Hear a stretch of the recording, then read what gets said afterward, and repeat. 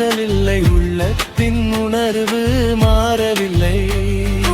உலகம் எங்கும் உலுக்கிடுமே, உயிரை கூட குடிக்கிடும் மதரம் என்று தெரிந்த பின்பும் தர்மம் காக்க தவித்திடுமே.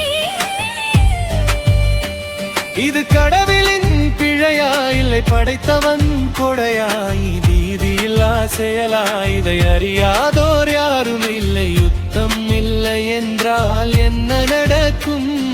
பாரில் எங்கும் புகழ் கிடைக்கும். யுத்தம், இந்த யுத்தம் இன்னும் எத்தனை காலங்கள் நீண்டிடுமோ? யுத்தம், இந்த யுத்தம் இன்னும் எத்தனை காலங்கள் நீண்டிடுமோ?